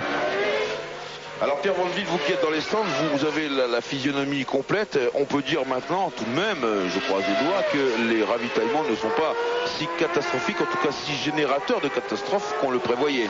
Non, et on a pris tellement de précautions finalement que ça se passe excessivement bien. Il y a beaucoup moins de monde évidemment dans la ligne des stands qu'auparavant, et même à l'intérieur des garages où nous nous trouvons. Tous les mécaniciens sont équipés, vous l'avez souligné, de combinaisons ignifugées. Le mur des stands, qui ici est évidemment assez vaste à Sao Paulo, le petit muret sur lequel se trouvent les directeurs d'équipe. Il y a d'autres circuits où ça risque d'être évidemment un peu plus compliqué, où les stands sont un peu plus exigus. Je pense à Monaco évidemment. Oui, il y a peut-être des endroits aussi où certains feront carrément l'impasse sur les ravitaillements. Mais nous n'en sommes pas encore là pour l'instant, tout s'est bien passé, pas le moindre incident du côté de ces fameux réservoirs. En tout cas, ce qui est certain également ici à São Paulo, c'est que l'entrée des stands et la sortie sont finalement plus aisées qu'on ne le croit. En tout cas, on ne perd pas beaucoup de temps. Et Jean-Pierre Jabouille me disait il y a peu de temps avant le départ du Grand Prix que ça c'était un élément très important. Ce n'était pas le seul naturellement, mais un élément très important à prendre en compte dans les ravitaillements. Je le répète, c'est donc l'accessibilité aux stands. Et on voit que tous les efforts ont été faits. Malheureusement, on court en Formule 1 sur des circuits qui sont très vieux, construits depuis de longue date. Et bien sûr, il va falloir peut-être modifier un peu cet aspect infrastructure. En tout cas, sur un circuit par exemple comme Monza, qui est le temple de la vitesse en Italie, eh bien, on sait que les stands sont extrêmement rapides. On y rentre, on y sort comme dans un moulin. L'homme qu'on vient de voir ici, c'est Adrian Newey. C'est le créateur de la Williams-Renault FW16. C'est lui qui l'a conçu, notamment ce fameux train arrière, et qu'il nous disait, alors que c'est Barrichello qui est au stand, et il nous disait qu'il avait pensé à ça depuis l'an dernier déjà, ce qui fait quand même pas mal de temps. Oui. Avec Eric Bernard, évidemment, un acteur, un témoin de ce terrible accident, ce carambolage. Eric, qu'est-ce qui s'est passé exactement? Écoutez, Brundle avait des petits problèmes sur mécanique, il a dû lâcher le pied, ça a été signalé par le drapeau blanc, par les commissaires, et au moment où j'arrivais sur Brundle, il s'est déporté, donc j'ai été obligé de freiner pour l'éviter. Et derrière, Verstappen et Irvine étaient en pleine bagarre, n'ont absolument pas vu ce qui se passait, je pense, j'imagine, et ils sont rentrés de plein fouet sur Blundell. Et pour les éviter, je suis parti dans l'herbe, mais j'ai pas pu éviter un tête à queue parce que c'est de l'herbe qui est grasse, ça a été mouillé ce matin. Et malheureusement, j'ai même pas calé, j'ai rien touché, mais je pouvais pas engager de vitesse pour pouvoir repartir, donc j'étais obligé de couper mon moteur et d'abandonner comme ça. Alors Wein et Verstappen avaient l'air très chaud derrière, Eric, mais vous n'avez pas vraiment bien vu ce qui s'est passé?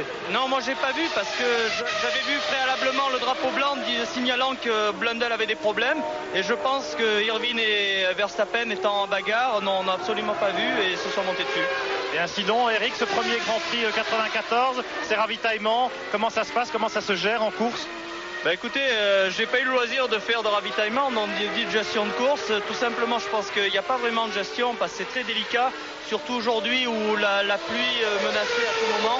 C'était très difficile de faire un choix ou un pronostic. Alors Pierre, je vous coupe la parole parce que là, on a assisté à la punition. Je dois employer ce terme. La punition, c'est Schumacher qui a pris un tour d'avance à Damon Hill, c'est-à-dire que la Benetton Ford, a pris un tour d'avance complet à la Williams-Renault, et peut-être qu'il faut modérer bien sûr cet aspect-là, mais malgré tout quand même c'est une sanction très dure.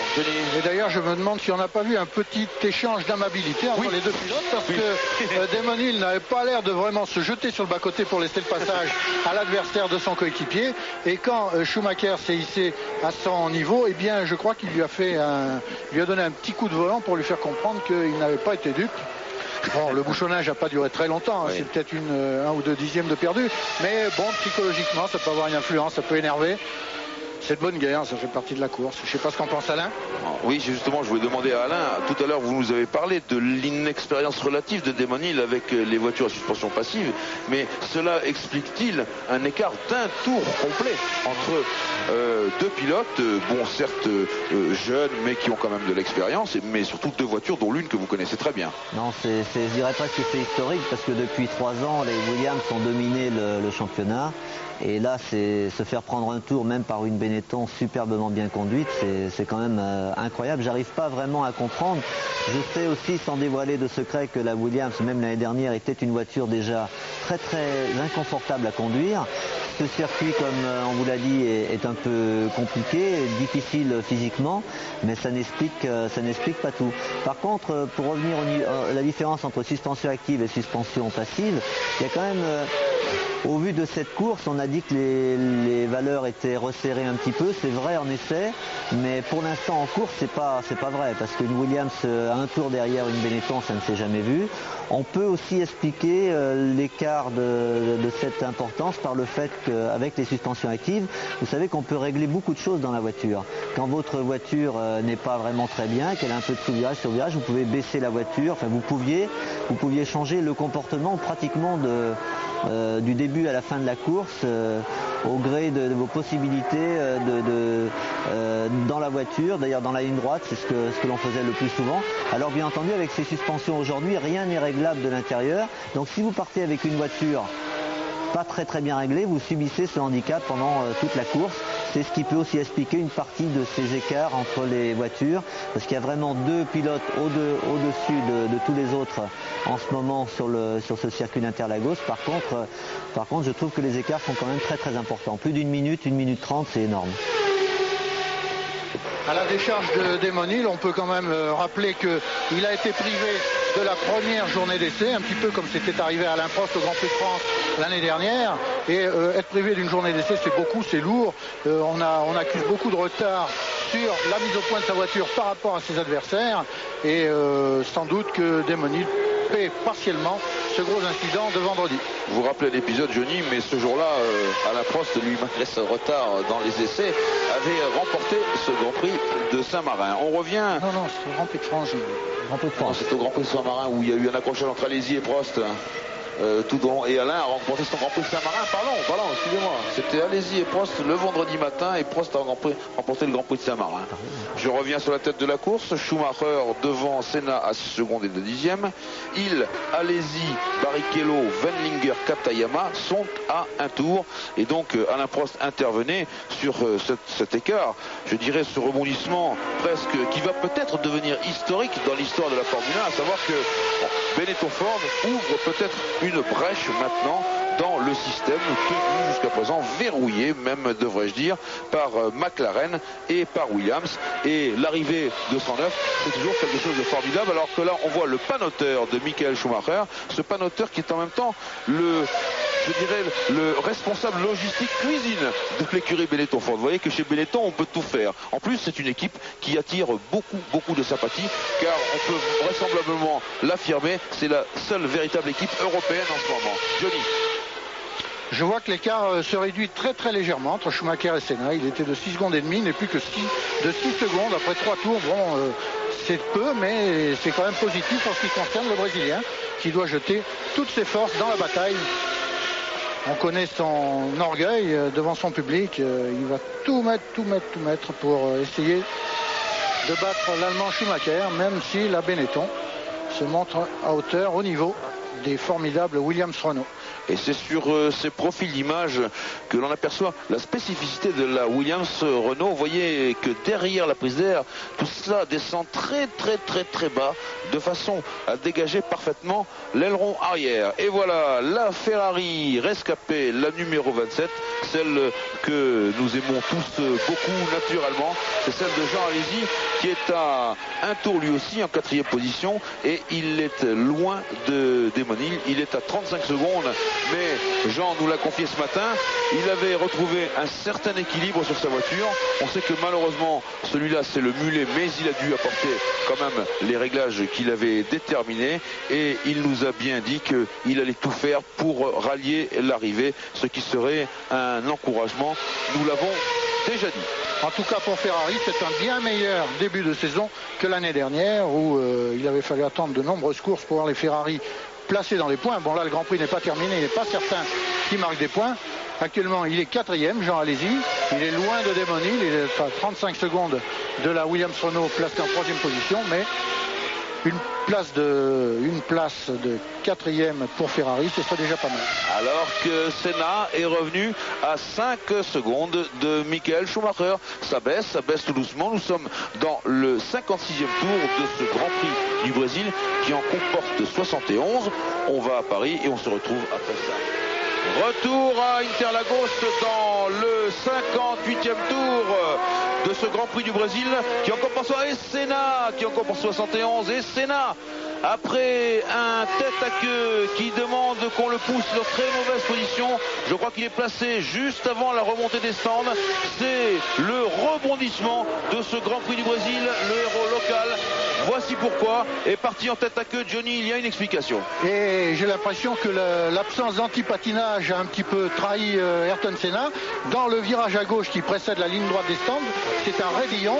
Les roues arrière se sont mises à patiner, la voiture s'est placée en survirage.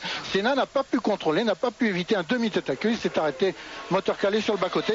Surprenant de la part d'un garçon comme Senna, de son expérience, de son talent. Et oui, bien sûr, et le triple champion du monde, eh bien, a eu cette difficulté majeure qui, pour l'instant, le place loin, puisque Schumacher est maintenant en tête de ce Grand Prix du Brésil, devant Damon Hill à un tour et Jean Alesi à un tour. C'est assez rare pour être signalé dans les annales. Alain à Paris, est-ce que vous avez une réaction ?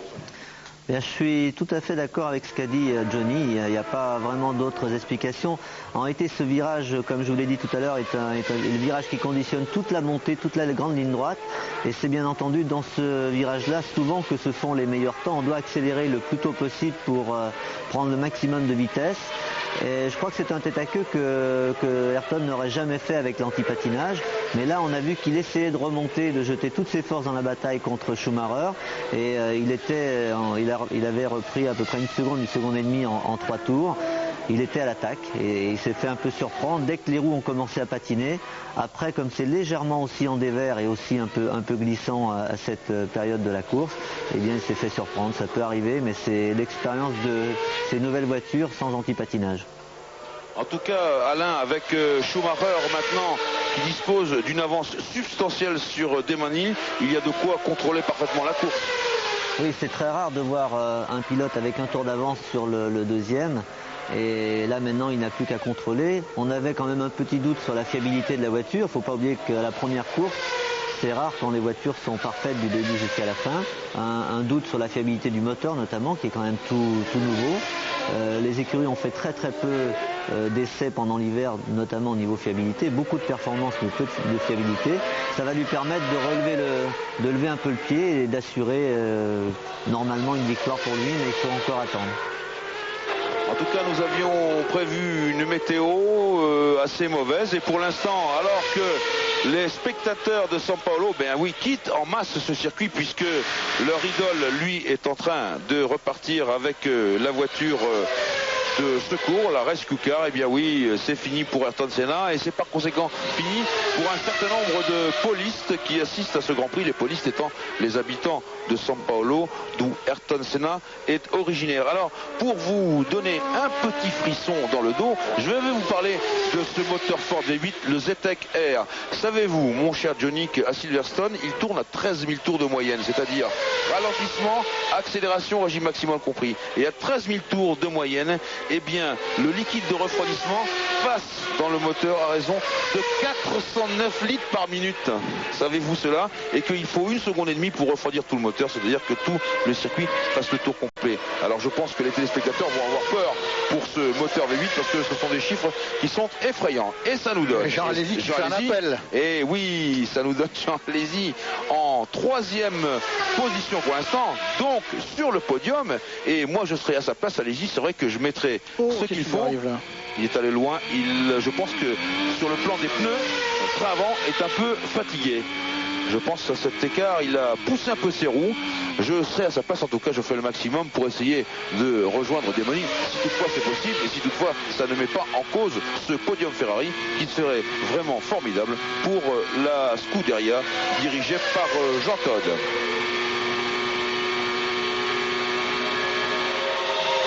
Voilà, c'est après Martinique. Oui, on écoute le 12 cylindres. Voilà, Johnny. C'est après Martinique, Jean Alesi en avait. Martinique, il est un petit peu bouchonné dans le passage sinueux du circuit et dont il s'est débarrassé dans la ligne droite devant les stands. Jean Alesi est maintenant à 43 secondes de Damon Hill. Sauf incident, il ne peut pas revenir du tout sur la Williams. Il reste 10 tours, 11 tours à accomplir et je crois qu'il va se contenter d'assurer cette belle et inattendue, inespérée 3e place. Flavio Briatore, le patron de l'écurie Benetton Ford, le chef mécanicien Johan Villadelprat à ses côtés. Et un petit rappel historique, c'est au Grand Prix de Hongrie 1989 que Jean Alesi et Pierluigi Martini ont eu pour la première fois quelques arguments un peu vifs.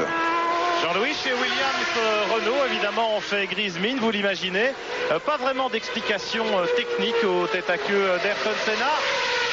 Il était effectivement à l'attaque, les temps autour le confirment.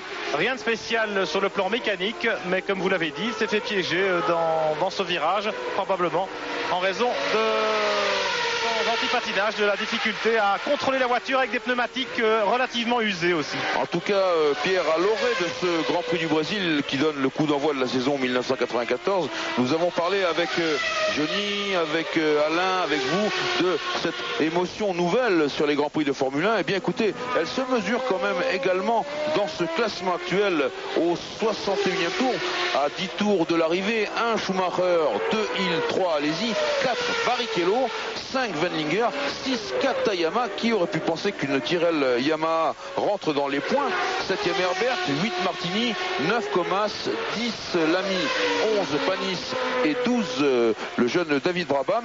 Des noms sinon nouveaux, de toute façon des noms qu'on n'avait pas l'habitude de voir si haut dans le classement, et c'est quand même un point intéressant des Grands Prix de Formule 1 qui s'ouvrent dans une nouvelle ère. Alors en tête, tout le monde a l'air de se satisfaire de sa position. Schumacher, qui est premier, a réduit très nettement le rythme de son pilotage. Il tourne en 1,19,5, il tourne actuellement en 1,21,7, 2 secondes au tour sous le pied. Damon Hill a adopté un rythme tout aussi calme. En revanche, pour Alesi, c'est peut-être un peu plus délicat parce que Barrichello n'est qu'à 16 secondes de lui. Donc si Jean Alesi peut prendre certaines précautions, il ne peut pas s'accorder quand même de prendre une trop large marge. Oui, vous avez entendu ça, Jean-Louis? Oui. Eh bien, tenez-vous bien, c'est le V10 Peugeot de la McLaren de Mika Hakkinen. C'est pas possible. Alors, pendant le Grand Prix, on continue à travailler, vous le constatez, chez McLaren et chez Peugeot, et on est parvenu à trouver la panne et à remettre en marche le V10 A6 de la McLaren du Finlandais. Donc c'était une panne vraiment très modeste, en tout cas un tout petit point de fiabilité, et je reconnais bien là Jean-Pierre Jabouille, le directeur de Peugeot Sport, et Jean-Pierre Boudy, le directeur technique, qui ont voulu savoir tout de suite de quoi il s'agissait.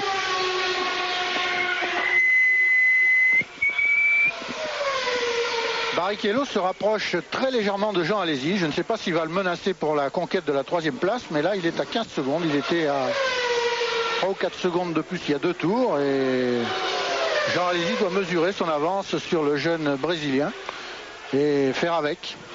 En tout cas, ce qui apparaît sur nos écrans de chronométrage, c'est que Schumacher contrôle toujours impeccablement son cavalier seul, cette fois.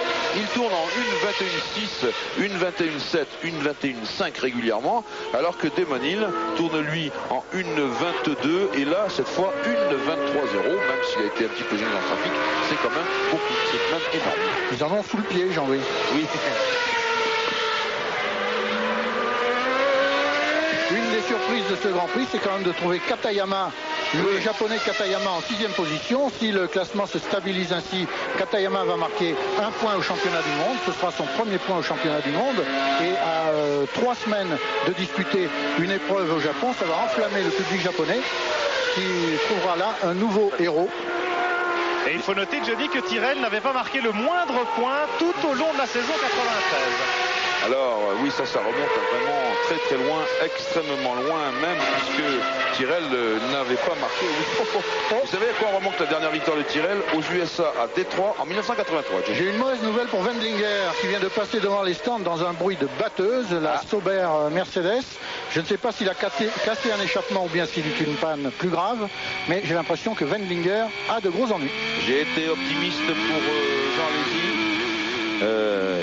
Je le voyais en train de regarder vers l'avant, et bien c'est plutôt vers l'arrière que j'en dois regarder, puisque Barrichello est à 14 secondes et que nous sommes dans le 65e tour. Il reste 6 tours, c'est énorme bien sûr pour Barrichello, mais on va peut-être y parvenir du côté du Brésil. En tout cas, je ne le souhaite pas, moi, pour notre Jeannot national qui va pour l'instant rejoindre la 3e marche du podium. En tout cas, on lui souhaite 7 tours avant l'arrivée.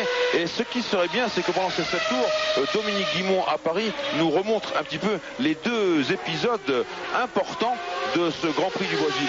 Je crois que le premier épisode, ça a été cet accident qui nous a fait tous frémir ici, qui nous a coupé la parole. Soyons clairs, Dominique Guimond, à vous. Voilà, c'était celui-là avec Eric Bernard qui nous l'a parfaitement expliqué. Irvine et Verstappen. Et suivez bien la trajectoire de Verstappen quand il aura perdu le contrôle. Regardez le choc qu'il donne, vous avez vu, au casque de Brundle avec la roue arrière droite de la Benetton. Brundle va avoir mal au cou, même s'il n'est pas blessé, il a certainement souffrir. Et regardez Verstappen qui, tout en continuant de rouler avec 3 roues et une moitié de voiture, soulève sa visière. Pas très ému. Pas ému du tout.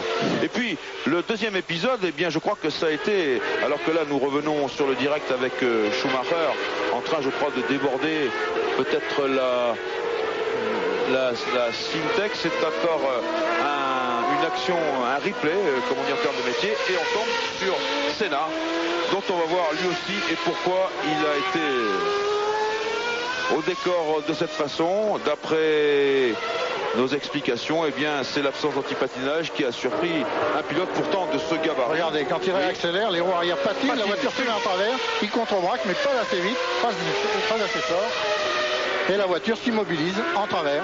Vous n'allez tout de même pas me dire, Johnny, que c'est une erreur de débutant. C'est un triple champion du monde. Mais ça peut arriver, justement. On lui pardonnera tout cela. Il a été surpris. Il a été surpris. Alors que nous sommes maintenant dans le 66e tour de course. Bientôt 67e pour Schumacher. Alors que là, nous avons entreaperçu la rousse de Eric Comas, qui est pour l'instant 9e au classement. Alors que l'ami est 10e et que la Ligier Renault de Panis est 11e. Brabham, lui, fermant la marche en 12e et dernière position. 5 tours avant l'arrivée. Schumacher toujours à tour d'avance sur Damon Hill. Hill avec 38 secondes d'avance sur Alesi en 3e position. Barrichello à 13 secondes d'Alesi. Wendlinger 5e. Katayama 6e. Herbert 7e avec sa Lotus. Martini 8e et 9e Comas. Nous y étions. La Sauber de Wendlinger faiblit mais ne rompt pas. L'Autrichien tourne en 1.23.4, ce qui est assez lent, mais il résiste pour l'instant. Il résiste à Katayama qui roule derrière lui. La Tyrrell du japonais compte 4 secondes 7 de retard. Est-ce que Wendlinger va réussir à rester devant elle au cours des 4 derniers tours de course? Ce sera dur parce que son moteur émet un bruit extrêmement mauvais. En tout cas, nous-mêmes, et sans être chauvin, alors que la Schumacher va déborder Comas pour la 3e fois, nous avons une pensée pour Jean Alesi. Et je crois qu'Alain, dont Jean est l'un des amis les plus chers, doit penser, n'est-ce pas Alain? Vous pensez à Jean? Oui, je pense à Jean, je pense à Ferrari en même temps, bien entendu, parce que ce serait un superbe résultat pour la première course. Vous savez que Ferrari travaille beaucoup, je dirais, au moral. Et bien entendu, s'ils arrivent à accrocher une 3e place au premier Grand Prix, ce serait super dans la mesure où on sait qu'ils vont travailler beaucoup pour les prochains Grands Prix. Et sinon, une contre-performance, après, vous savez, ça pose toujours des problèmes politiques dans la Scuderia. Et c'est bon pour le moral de Jean qui prend quand même un petit peu le dessus par rapport à Berger. Et Alain, ces conclusions nous feront extrêmement plaisir. Alors qu'on est à bord de la Benetton Ford B194, un moteur Ford V8 ZTEC R avec la vitesse de Schumacher affichée à droite sur votre écran. On écoute un petit peu le V8.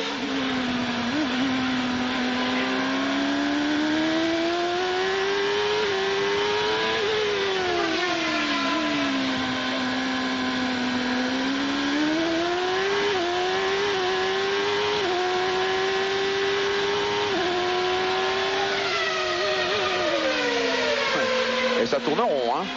On a vu que Schumacher virait dans le virage le plus serré du circuit à 79 km/h.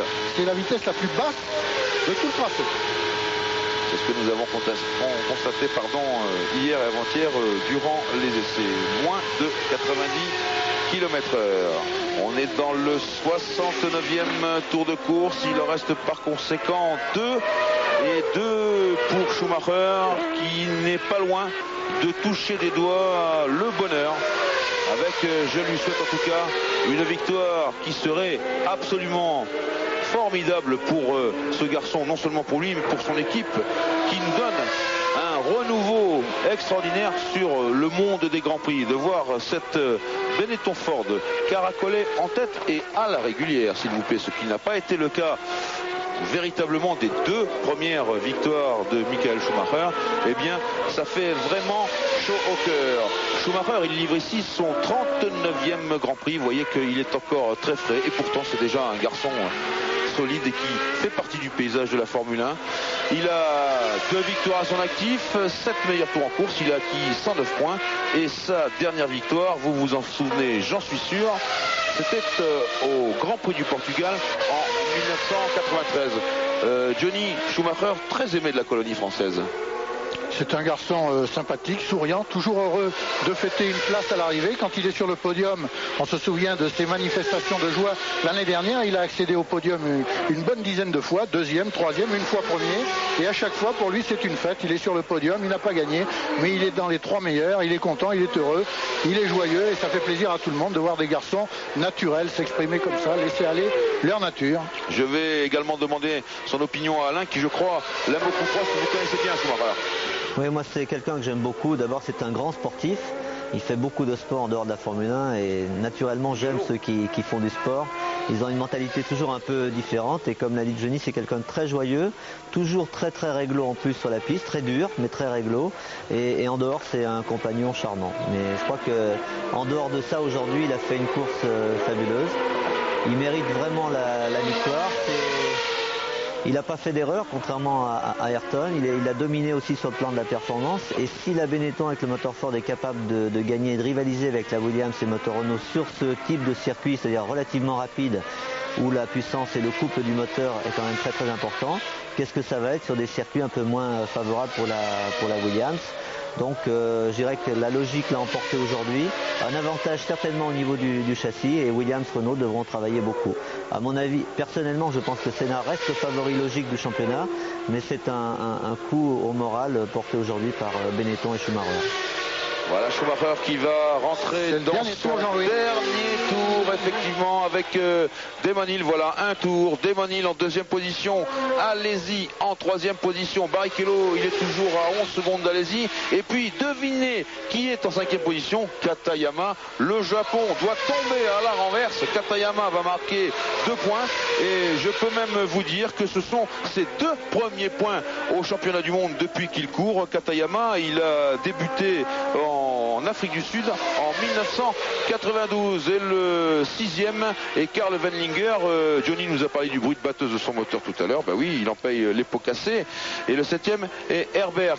Michael Schumacher maintenant à quelques mètres, quelques centaines de mètres encore du bonheur pour ce pilote vraiment flamboyant et puis pour cette écurie Benetton, je vous le répète, très appréciée dans le milieu des Grands Prix car véritablement européenne, aussi bien dans ses pilotes, son écurie, son management. On compte des Espagnols, des Italiens, des Anglais, des Américains et c'est vraiment un pilote allemand naturellement puis un pilote hollandais pour l'instant. Il y aura un Finlandais plus tard. C'est une équipe qui réunit un grand consensus autour d'elle. Schumacher bientôt couronné.